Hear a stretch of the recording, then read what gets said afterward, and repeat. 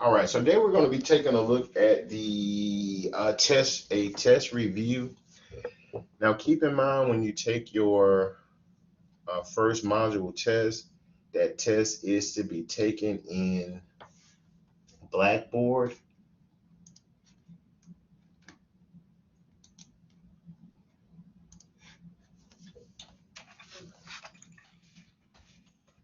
And so before we begin, I'll just kind of navigate you through the test. So let's see. Here's our class 120. Okay, now here's one thing that may be misleading. I'm gonna go in as a student, and if I were to access the Module 1 test, notice that it asks for a password. This is not the correct way to access the module test. In order to access the test in this course, you want to visit your Blackboard course shell, right, for Math 120. You'll click on the HonorLock link. You'll click on Test.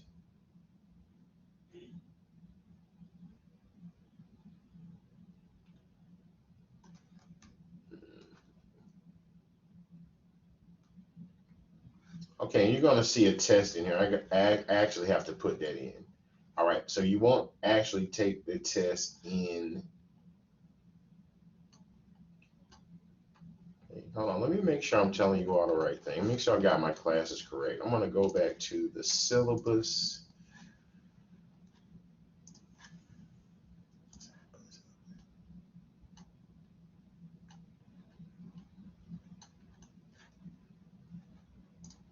I'm sorry, I'm going to go to the addendum. Okay, so I stand corrected. I'm actually going to take that password off. The only time you use HonorLock is for the final exam and the midterm.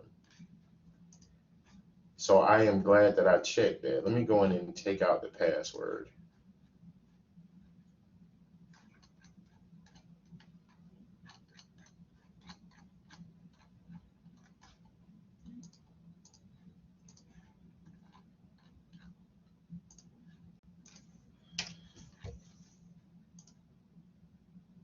Okay, so I'm going to try that again. If I go into Module 1,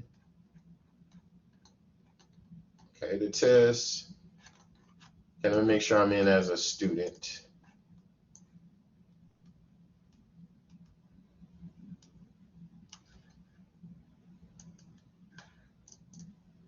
All right, and you should be able to access the test. All right, so you do not have to visit HonorLock. You should simply be able to click on the assessment and take the assessment.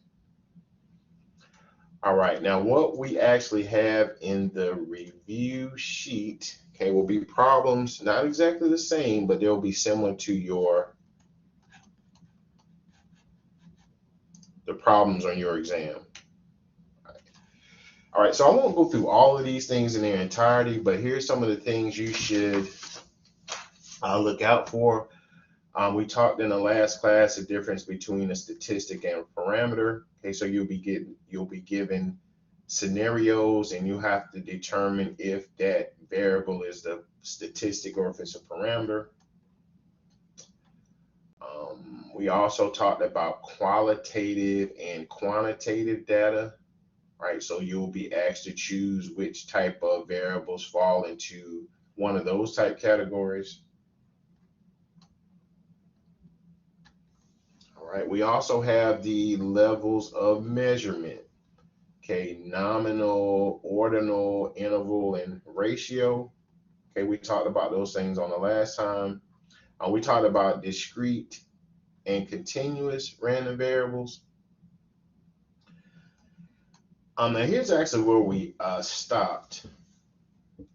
You will have to construct a frequency distribution. Right? You'll be given a data set. From that data set, you'll have to enter the class width, and then you'll basically have to list out your the class widths, the class ranges, and the class frequency. As far as problem number 5 is concerned, a good reference to help answer this problem is actually located in section 1.3. I'm actually going to navigate there. So I'm going to go into XYZ.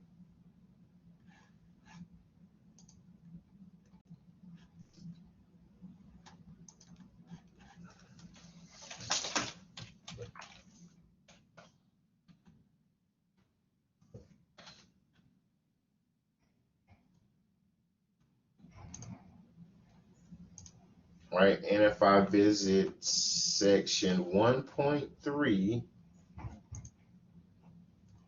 problem number 3, right, it goes through that particular problem in detail. Okay, so there's a video. If you already haven't, it seems like the videos in this course are real good. I mean, the videos, and these were developed by, I believe it was someone at Trident Tech. All right, but you will, nonetheless, you will see a problem similar to this on your exam.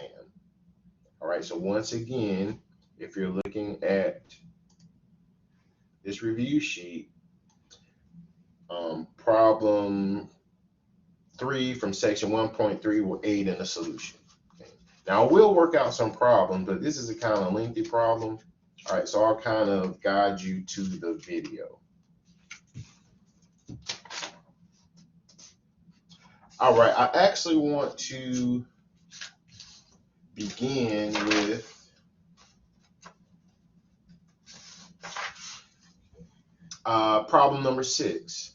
Okay, we're talking about a frequency distribution. So here we have, it says a randomly selected group of individuals were asked how many marbles they believe were contained in a sealed jar. The following frequency distribution summarizes the results. We're asked to compare the table, complete the table by determining the midpoints, relative frequencies, and cumulative frequencies.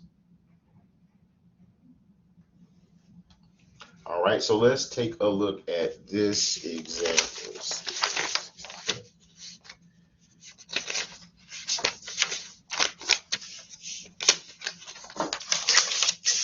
All right, so I'm going to go back to the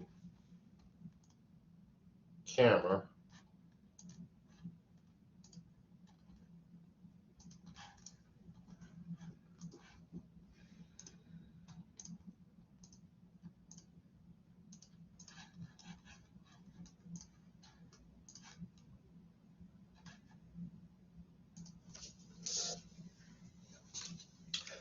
All right, so we're given, in this particular column, we're given our classes. This is our first class, second class, third class, fourth class, and fifth class. We're also given the frequency. In our first class, there were 3 estimates of marbles in this class from 80 to 93. There was 1 guess within this range, 7 within this, 6 and 5. All right, here we're asked to find the midpoint. We're asked to find the relative frequency. We're asked to find the cumulative frequency. And we're also asked, what is the class width of the frequency distribution? All right, so we'll take these things one at a time. First, we'll find the midpoint. Now, there is a formula for the midpoint. And that formula says that the midpoint is equal to the upper class limit.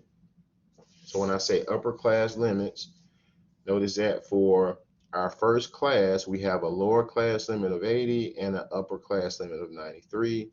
So for our first class, the upper class limit would be 93. Plus, we're going to take the lower class limit. We're going to add those things together, and we're going to divide by 2. So we're going to complete the midpoints for our first through fifth classes.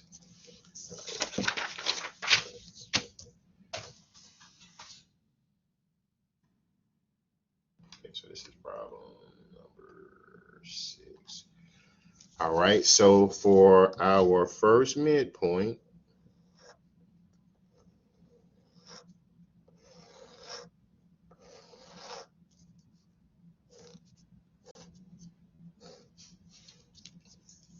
I'm going to add 93 plus 80, divide by 2, and you should get 86.5.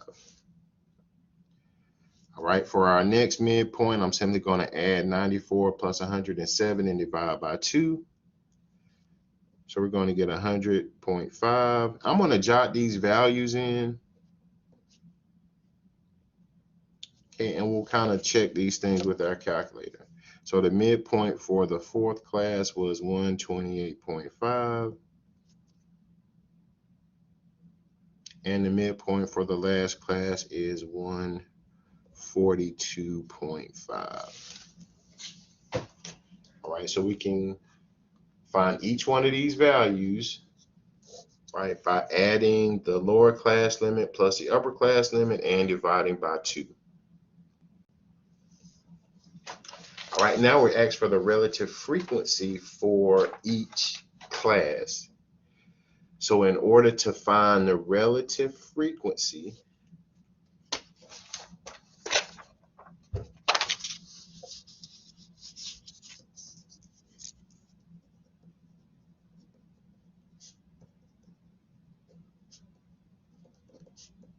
we're going to take the frequency of each, or I should say the frequency of a class. Right, so here are our frequencies. So the frequency of the first class is 3, second class is 1, so on and so forth. So we're going to take the frequency and we're going to divide by the total number of observations. Right, to find the relative frequency for each class. All right, so what does this mean? What are the total number of observations? Well, to find the total number of observations, I'm simply going to add up all of our frequency values. So if we were to add 3 plus 1 plus 7 plus 6 plus 4, I believe we're going to get 21. Right, so these are the total number of observed values. To find the relative frequency, let's say for the first class, we're going to take the frequency for that first class, which is 3, and we're going to divide it by 21. Once we divide that up, I'm going to simplify this as 0.143. To find the relative frequency for our second class, here again, I'm going to divide the frequency for that class by the total number of observations. So that's 1 divided by 21.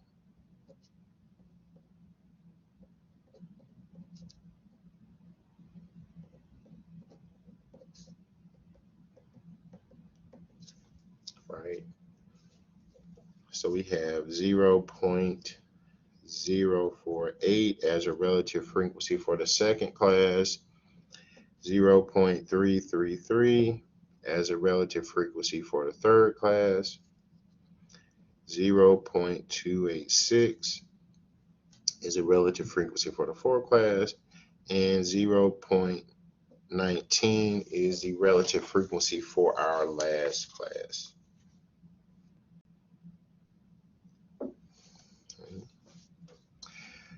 So now we're asked for the cumulative frequency.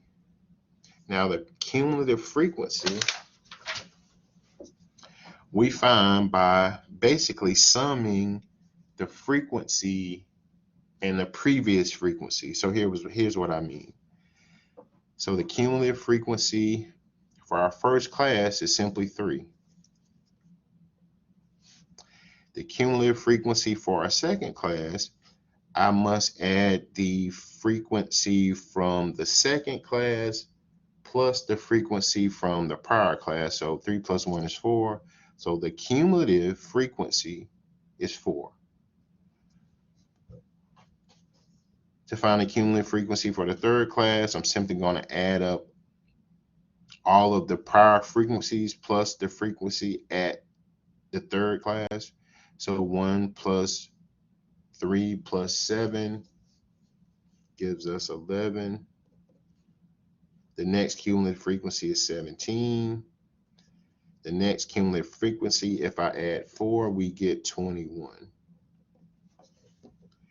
So if you think about the cumulative frequency, just as in most of your classes, the final exam is a cumulative exam, which means that it covers all of the material from the beginning. All right, hence the cumulative frequency of a frequency distribution. Now, the last question asks us to find the class width of the frequency distribution. In order to find the class width of the frequency distribution,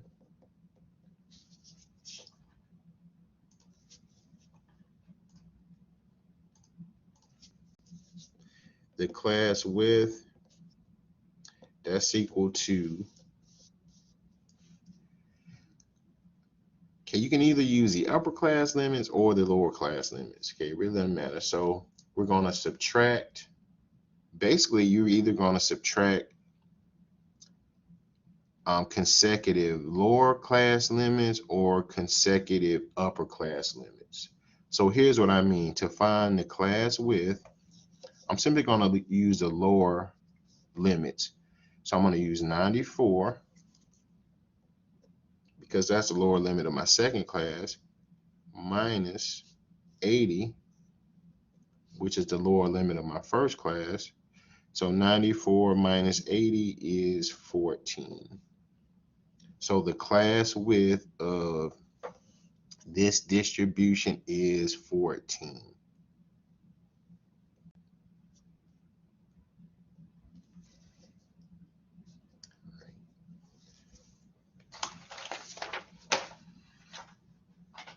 All right, so I'm going to go back to our shared screen.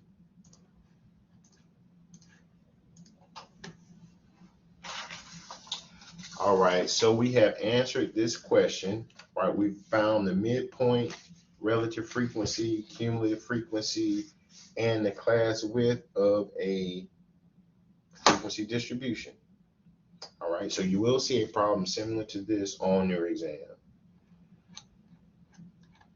Okay, problem number 7 deals with a stem and leaf plot. So just to give you an idea of what you're actually looking at in a stem and leaf plot, here we're actually looking at data values. And we're looking at data values in the format of a stem and leaf plot.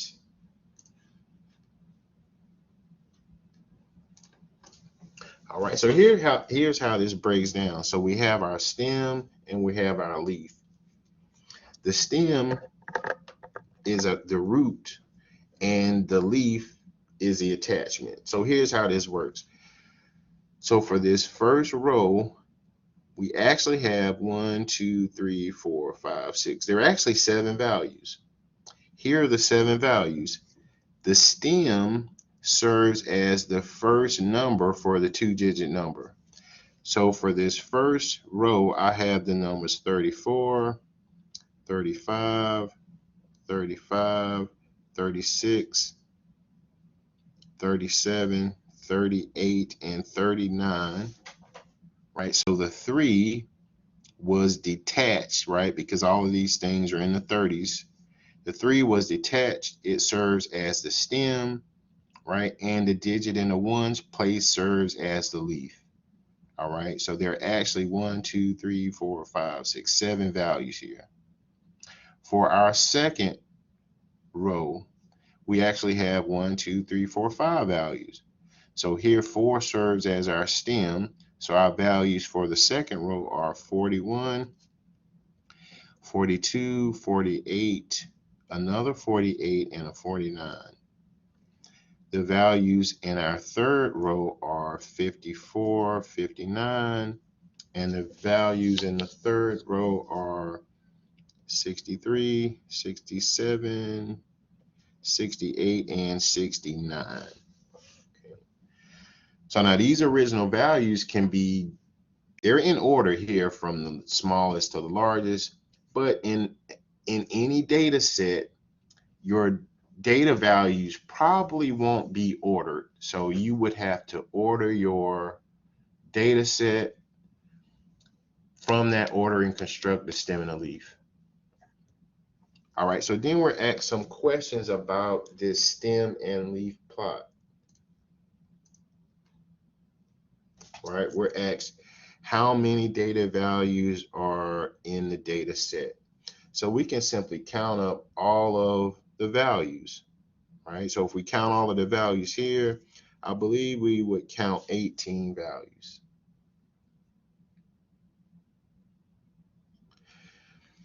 Here we're asked to find the minimum value in the last class. Right, so if we look at our last class, right, here we have our first class, second class, third class, fourth class. So our fourth class consists of 63 through 69, and the smallest value in that class is 63.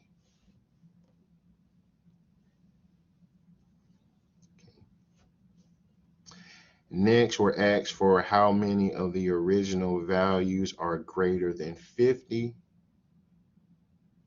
So if we were to count all the values that are greater than 50, we have 1, 2, 3, 4, 5, 6.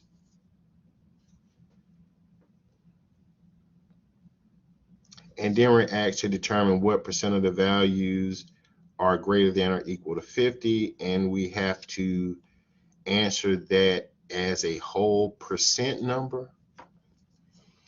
So here I'm simply going to take the number of values over 50, right, that are greater than or equal to 50, and we calculated that to be 6.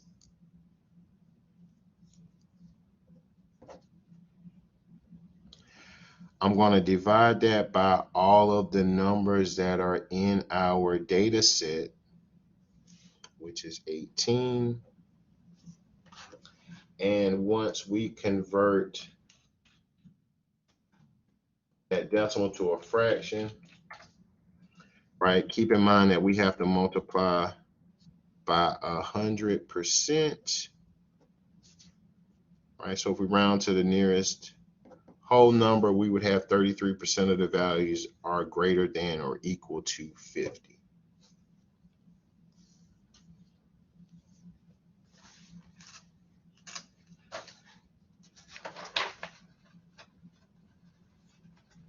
All right, so now we'll go back to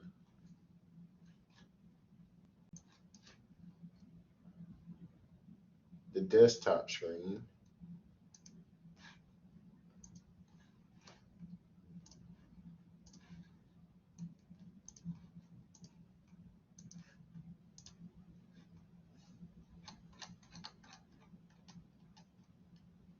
Okay, next you're given a dot plot, and from the dot plot, you're asked to determine how many of the data items exist, and those things can be counted.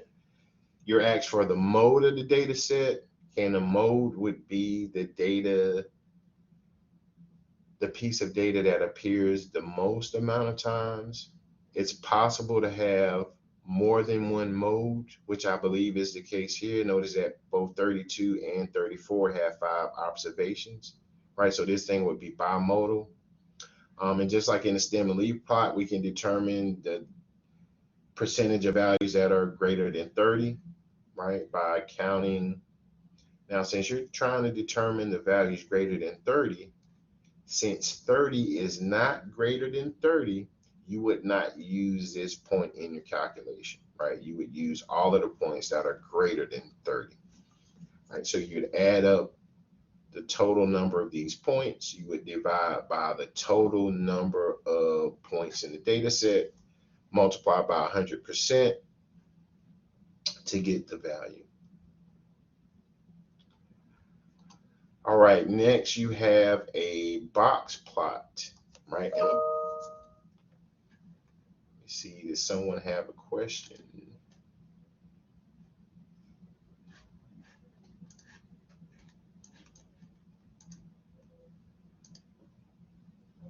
Okay, no one had a question. I heard a click. Maybe that was my email. Let me cut that off. All right, so in the box plot, we can identify the 5-number summary. And the 5-number summary values are the minimum value of your data set, the maximum value of your data set. And then you have what are called quartiles. You have a first quartile, you have a second quartile, which is called the median, and a third quartile. In order to find the minimum, right, the minimum value, we have on the outermost parts of our box plot. So the minimum values here would be 6 and about 37. Okay, so our minimum would be about 6. Our maximum would be about 37.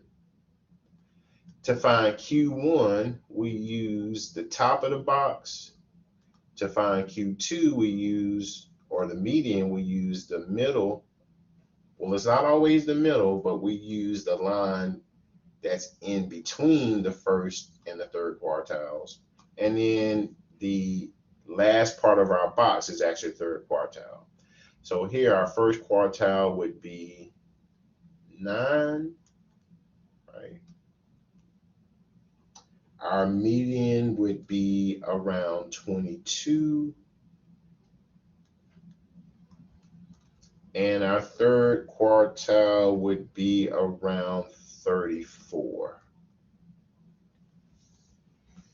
All right, so we can identify the 5-number summary if given a box plot.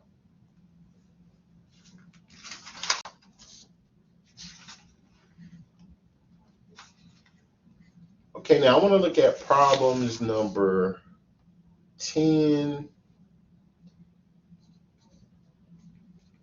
And then we'll kind of take a look at problem number 11. Okay, so let's take a look at problem number 10. It says, in a particular month, a person had a balance of $2,680 on their credit card for 10 days. They make a purchase and carry the balance of $2,940 for 8 days. And then the person makes a payment and carries the balance for 13 days. And we're asked to find their average daily balance rounded to the nearest cent. Now, this problem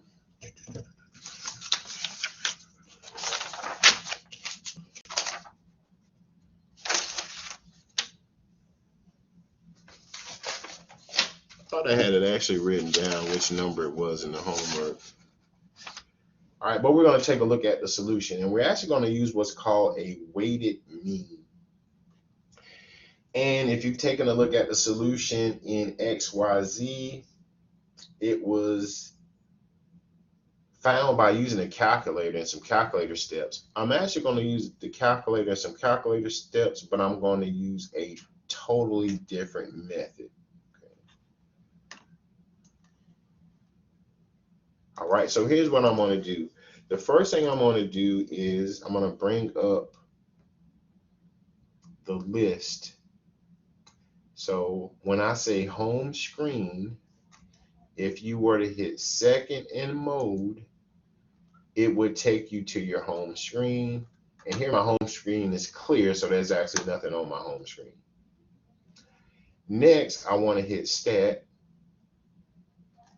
and I want to hit edit. Okay, so notice there's a lot of, there should actually be, I believe, there should actually be 6 lists, L1 through L6, right? If your calculator looks different, let's say you don't have an L1, you should reset your editor. So here's how you do that. If you're not specifically seeing L1 and L2, because we're going to use L1 and L2 in our examples. So I'm going to go back to my home screen. I'm going to hit stat. I'm going to scroll down to stat to setup editor. I'm going to hit enter once. I'm going to hit enter again. Now, if I go back into my stat list or my edit feature, it's not going to erase any of the data you have in here, but you should now see a list 1, a list 2, and a list 3. So now how do you clear out the data? Well, we can actually go in and just kind of clear these things out, one at a time by hitting delete. Right, I can kind of delete these things out one at a time by hitting delete, or I could go to the very top of the list. I can hit clear and enter, right? And it just wipes out the entire list. So I'm also going to clear out list 2. So I'm going to go to the top of the list. I'm going to hit clear and enter. I'm going to go to the top of list 3. I'm going to hit clear and enter. All right, so here is why we would do such a thing. Okay. For list 1, I'm going to put in the balance amounts. So we had 2680, we had 2940, and 2090. I'm going to go into list 2 and I'm going to put in the number of days that balance was carried. So the $2,680 was carried for 10 days. The next balance was carried for 8 days. And the last for 13 days.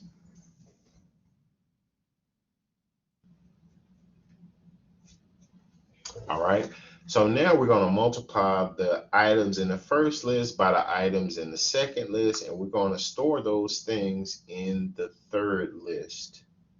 Okay. So I'm going to go back to the home screen.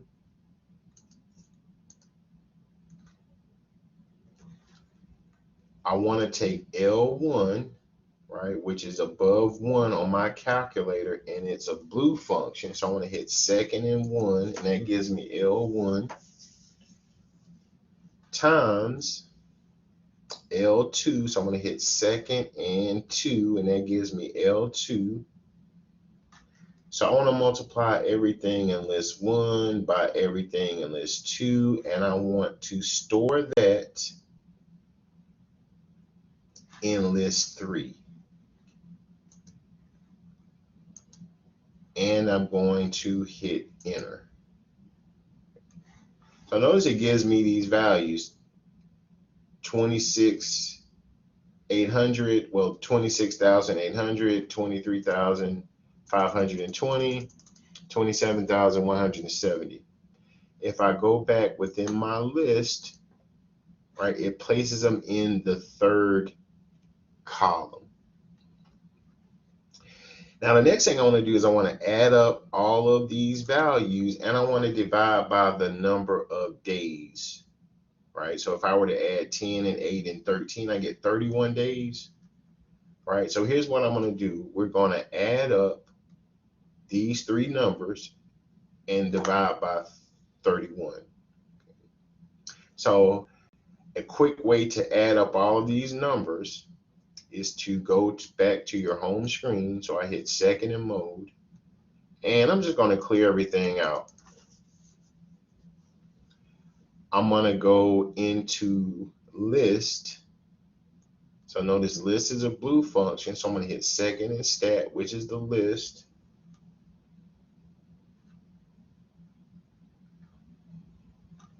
I'm going to scroll over to operations.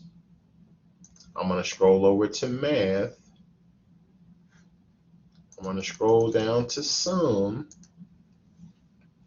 and I'm going to sum up everything that is in L3.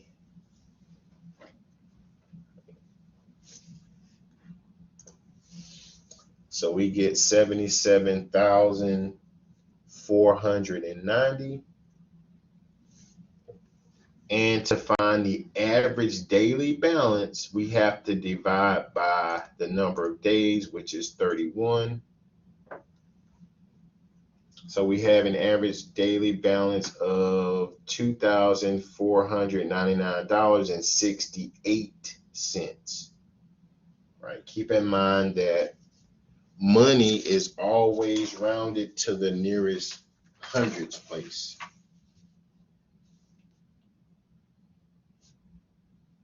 Okay. All right. So any questions about number 10? I'm showing you the list and stat method because during the test, quick calculation, since the tests are time unless otherwise stated. Okay, you want to answer the problems as quickly and efficiently as possible. So in this example, I'm using lists. Okay, so the lists are new to a lot of people who have been using the TI-83 because they're very rarely used. All right, so that's number 10. All right, now we're going to take a look at number 11. All right, we are given a data set and we're asked to find the mean, median, mode, range, and the standard deviation, as well as the variance. We're actually going to find these things a couple of ways. The first particular method I'm going to use is that list method, the list method. All right, so I'm going to go back into stat and I'm going to go back into edit and I'm going to clear out everything in list 1. Now I'm going to go in and put in all of our values. I'm going to put in 33.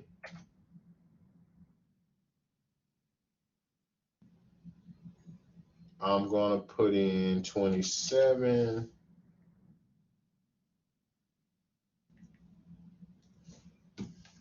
21, 19, 28, 30, 21, 26.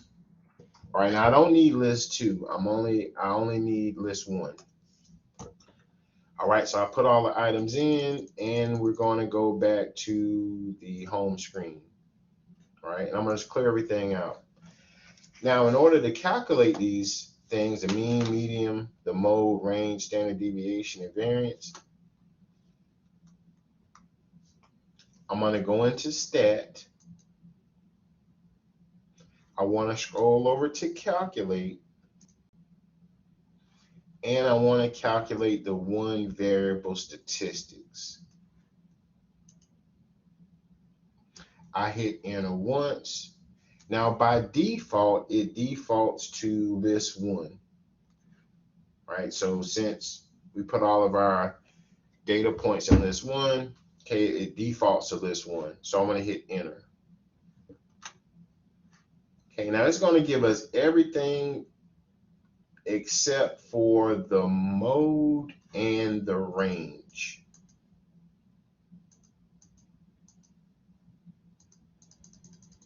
All right, so here we have a mean of 25.6.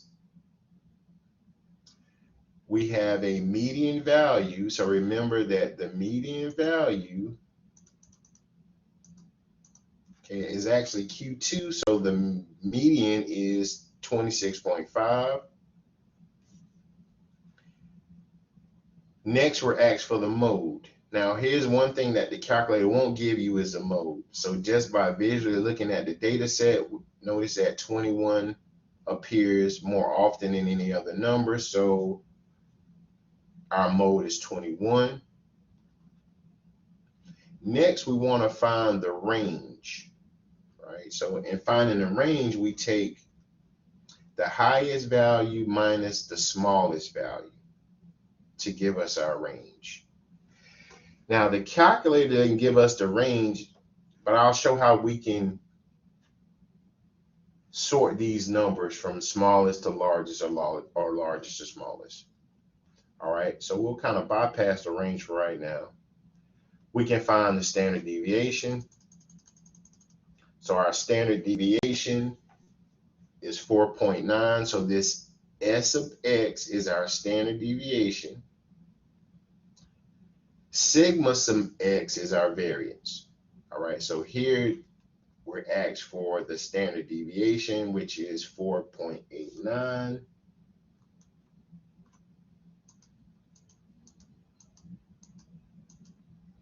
We're also asked for the variance.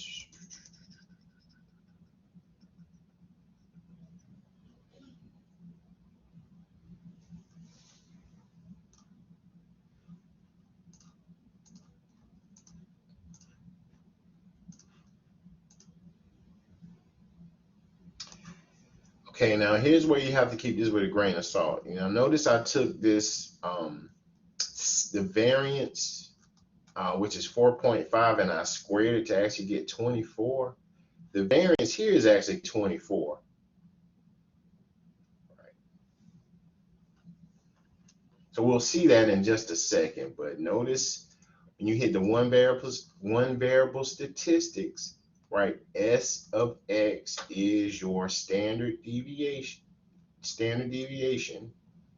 You must take the sigma variable and square it in order to get your variance. All right, now there is another method, and we're going to take a look at the other method, and in that other method we can find the range and the variance. Okay. So now here's the other method. So in this method we used one variable statistics, right? We put in the data in the list one, right? We went into stat, we hit calculate, and we're able to calculate the one variable statistics. So I'm going to clear everything out on my home screen.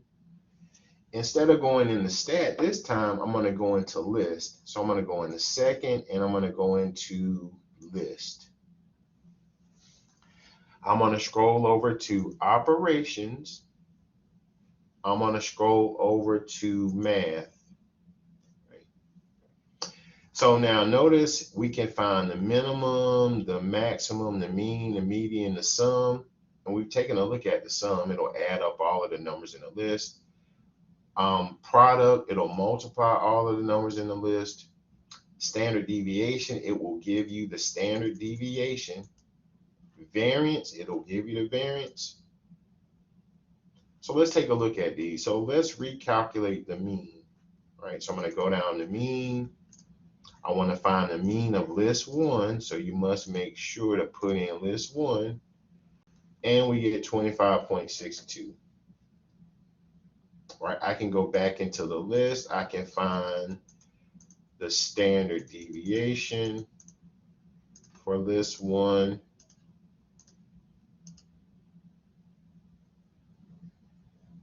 I can go in and find the variance for list one. All right, so notice we get 23.98, which is 24. All right, so keep in mind if you're using that one variable statistics, when you find your variance, you guys have to square that sigma value. Okay, but if you're using the list, you can simply just call up the variance function without any further manipulation. All right, so here we can find the variance. Now, what about the range? Now I'm going to go back into list. I'm going to scroll over to OPS, which is short for operations. And if we look at our first two options, we have sort A and sort D. Sort A will take your list and it would put it in ascending order. 2 is going to take the list and put it in descending order. All right, so here I'm going to choose to put it in ascending order. Right, and I'm going to put list 1 in ascending order, and it lists everything out. I'm going to go back into stat, and notice it lists everything out in ascending order from lowest to largest. Okay, so it orders everything for us. So now I can simply take the largest value, which is 33, minus the smallest value, which is 19, and we get 14. Now, another thing that's in this list function, I just want to show you this. I'm going to go over to operations. I'm going to scroll down.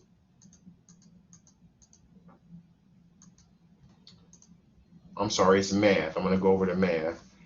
Notice that there is a minimum and a maximum function. So if you're trying to find the range without putting your data set in order and subtracting as we did, you can use these functions. I can simply take the maximum value for list 1 minus the minimum value for list 1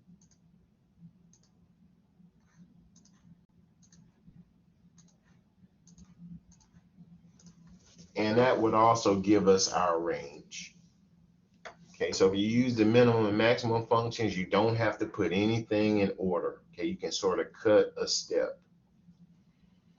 All right, so that is our range. All right, any questions about number 11?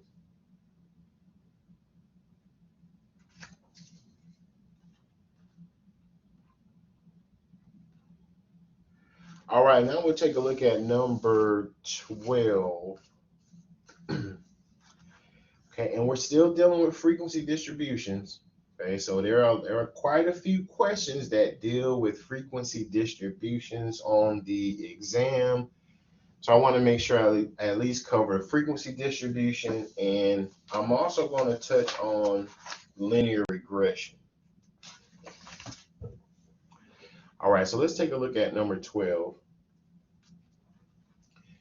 So we're given that every year the students at our school are given musical aptitude tests that rates them from 0 to 5. This year's results are given in this following frequency distribution. Right, so notice we have the aptitude score and the number of observations within that aptitude score, and we're asked to calculate the sample standard deviation. Right, so we're going to calculate it using the calculator. All right, so here's what we're going to do. We're going to put one of the rows in list 1, and it doesn't matter which row you put in list 1 or list 2. So here I'm going to put the aptitude score in list 1, and I'm going to put the frequencies in list 2. All right, so I'm going to just clear out my home screen. I'm going to go into the list. So I'm going to hit stat and edit. I want to quickly clear out list 1 and quickly clear out list 2.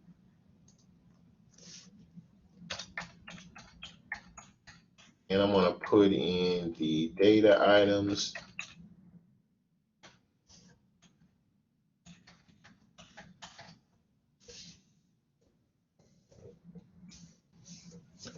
Okay, so here we're only concentrating on list 1 and list 2. Okay, and here again, it doesn't matter what you put in for list 1 or which row you put in for list 2.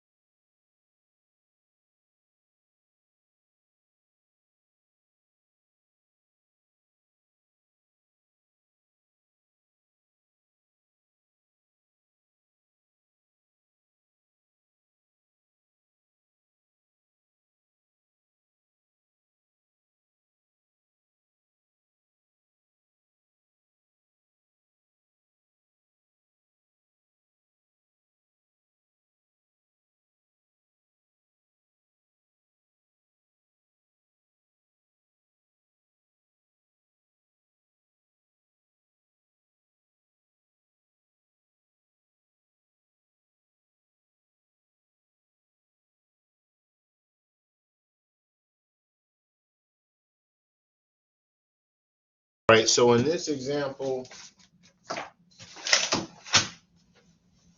me find my pen. Okay, so in this example, we have the data which is listed in class widths, right? And then we have our frequency. But what we're going to do is we're going to find the midpoint for each class. We're still going to keep the frequency, right? And then we're going to put the midpoint in our calculator as list 1. We're going to put the frequency in as list 2. We're going to hit one variable statistics, list 1, list 2, and that should give us the values that we're asked to calculate. All right, so let's take a look at it. So how do we find the midpoint for the first class? Well, in order to find the midpoint, you would simply add your lower class limit, your upper class limit, and divide by 2. So if we were to add 30 plus 37 and divide by 2, we would have a midpoint of 33.5. And it would still have a frequency of 11. If we were to calculate the frequency for our second class, we would have 41.5. The frequency of the next class is 49.5. The frequency of the next class is 57.5.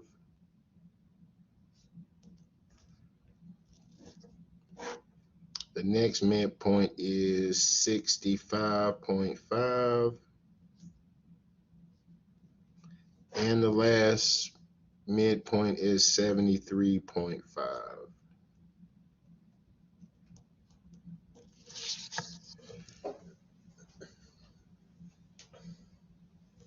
So we're going to put the midpoint in as list 1. We're going to put the frequency in as list 2.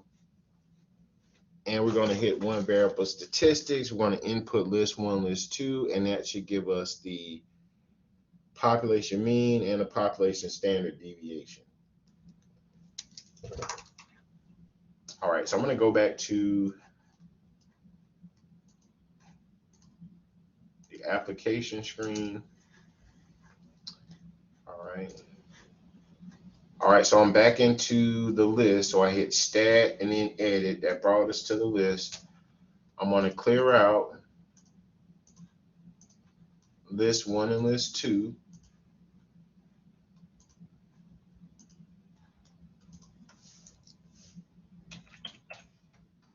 I'm going to put in the midpoints.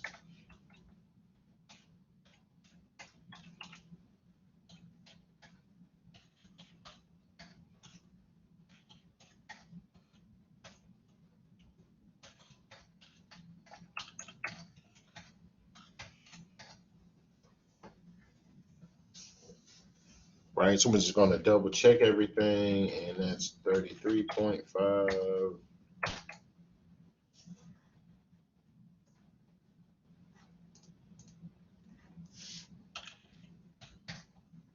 See, 41.5, 49, 57. Okay, so I think I have everything entered in right. So I'm going to go back to the home screen, just sort of clear that all out. I'm going to go into one variable statistics, so that's stat. Scroll over to calculate. We want one variable statistics. I'm going to put in L1 comma L2. All right, and we have our population mean is 50.29. All right, if we were to round to 2 decimal places. And we have our population standard deviation as 13.01. All right, so the population mean is 50.29. The population standard deviation is 13.01. All right, so we're not talking about a sample, we're talking about a population statistic. Okay. All right, so this is problem number 13.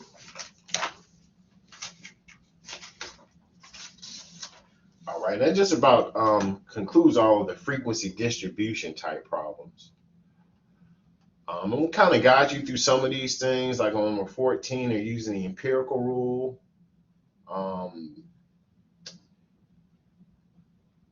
15, 15, I believe, is in section 1.6, problem number 14. And if you've been doing the homework, these problems probably look familiar.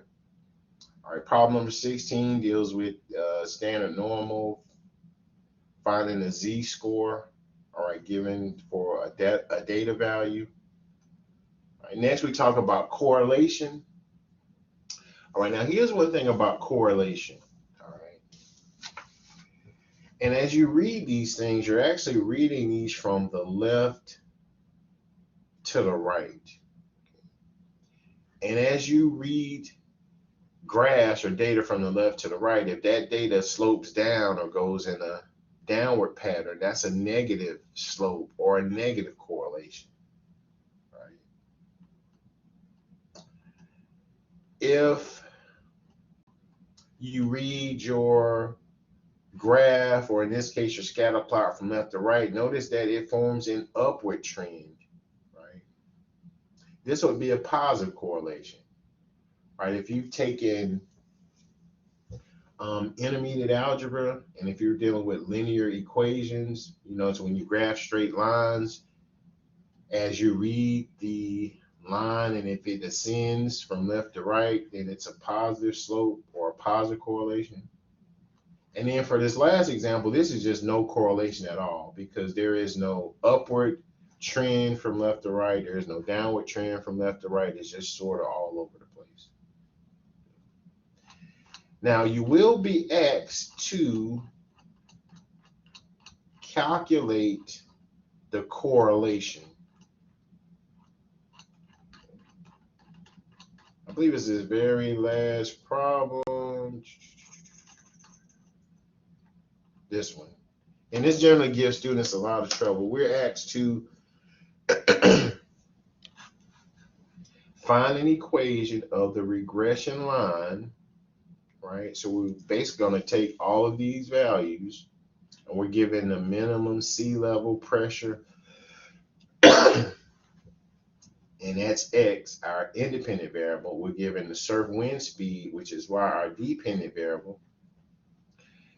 We want to form a linear equation between the two, and then we want to calculate the correlation coefficient. So in solving this problem, we will use our list. Okay. All right, so to run through this very last problem, I'm going to go into Stat, and I'm going to go into Edit,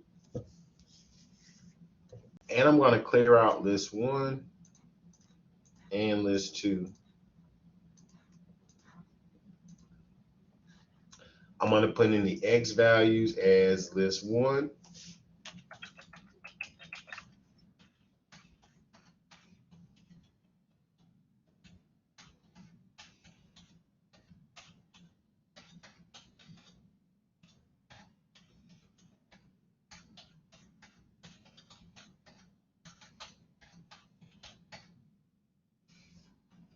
I'm going to put in the y values as list 2.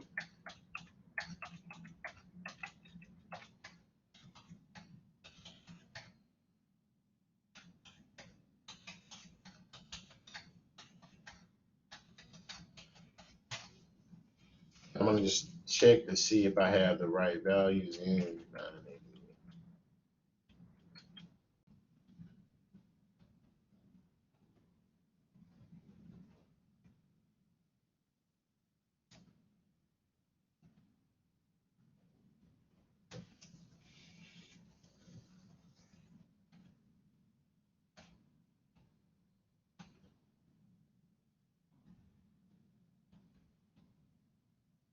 All right, so it appears that I have the right values in. And now I'm going to go back to the home screen. So that's second and quick. And I'm going to just clear everything out. All right, now before we go any further, you need to turn on your diagnostics. Okay. And if the diagnostics are turned off, then your calculator won't compute R. So here's how you turn your diagnostics on. So I'm at the home screen and I want to go into the catalog. So I'm going to hit second and 0. While in the catalog, I'm going to scroll down to the D's, right? So I can kind of scroll down, by clicking, or if I find D, right, it's above my X inverse, it'll take me to the beginning of the D's, and I'm going to look up diagnostic on. I'm going to hit enter once. I'm going to hit enter again, right? In order to calculate Pearson's correlation coefficient, you must have your diagnostics turned on. All right. All right, so now let's calculate the equation and find Pearson's R. All right, so I'm going to clear everything out. I want to go in the stat. I want to scroll over to calculate. I want to calculate the linear regression AX plus B. Now, keep in mind that slope-intercept form from algebra is y is equal to mx plus b. Well, for as far as the calculator is concerned, a and m are exactly the same, right? A is your slope and m is your slope. All right, so I'm going to scroll down to 4. I want to hit enter once. I want to hit enter again. And notice what it gives me. Right, it gives me the equation in a roundabout way. I'm given y is equal to ax plus b. A would be negative 0.85. B is 930.82. So if we had to write that out as an equation, right, the regression equation would be y is equal to negative 0.85 plus 930 plus 82. All right, and I'll write that down in just a second. And we're asked to calculate Pearson's R, and Pearson's R is negative 0.85. All right, so we have our equation and our calculation for Pearson's R. So I'm going to go back to the camera for just a second, and just in order to write out that equation.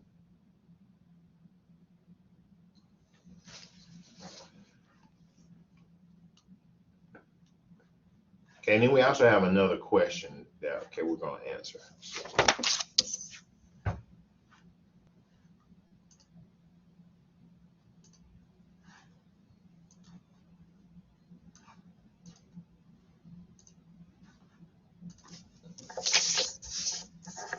All right, so if we were to write that equation out, we have y is equal to negative 0.85x plus 930.81. We have Pearson's R is negative 0.85. Right, and then we're asked a question. It says a new data has just arrived indicating that the minimum sea level pressure for a storm is 996 millibars. We have to predict the maximum sustained wind speed. So in order to do that, I'm going to rewrite our equation as a function. So I'm going to rewrite y as f of x is equal to negative 0.85x plus 930.81. And we're asked to find we're asked to predict the maximum sustained wind speed. So we're asked to predict the Y for a sea level pressure of 996, right? Which is an X, or an independent variable. So in order to calculate the wind speed, I want to find F of 966, right? So I'm going to simply take that newfound equation.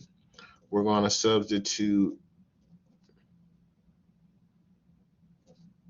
X for 966.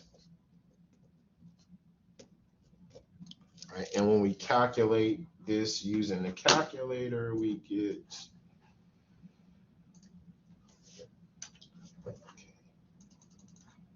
negative 0.85 times 966 plus 930.81. And we get 109.71.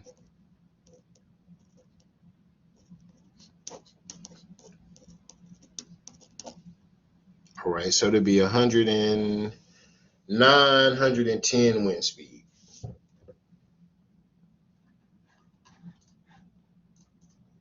All right, so at this time, I'm going to stop the recording.